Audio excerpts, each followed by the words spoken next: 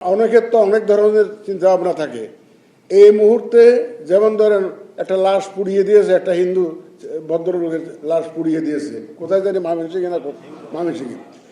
এই ধরনের ইনসাইটমেন্ট অনেক হবে। Communal harmony must be maintain.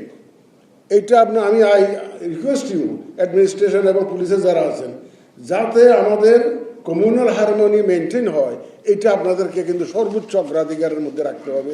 Minority community একটা অতীতে দেখা গেছে, আমার সাথে মাইনরিটি কমিউনিটি লিডাররা দেখা করেছিল, ইলেকশন কমিশনে দেখা করে বলে স্যার আমরা দুইটার সময় খুব থ্রেটেন্ড ফিল করি, দুইটা অকেশনে আমরা ভয়ে থাকি। কোন দুইটা অকেশন? এক দুর্গাপূজা আর ইলেকশন।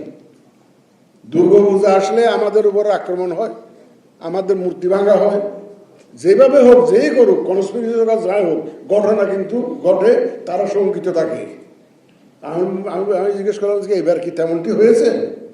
বলে এবারের মতো সুন্দর করে পূজা উদযাপন আমরা জীবনে করতে পারিনি, আমার দেখায় করতে পারিনি।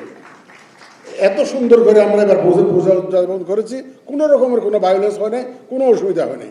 আমি বলছি ইলেকশনে ইনশাল্লাহ এরকম হবে, ইনশাল্লাহ ইলেকশনে এরকম হবে।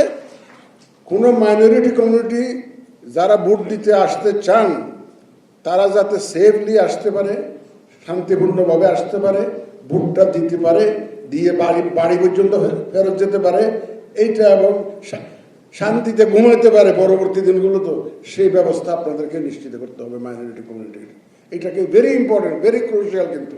তো কারণ একটা তো পার করেছেন আপনারা, দুর্গাপূজাটা, এইটাও আপনাদেরকে পার করতে হবে।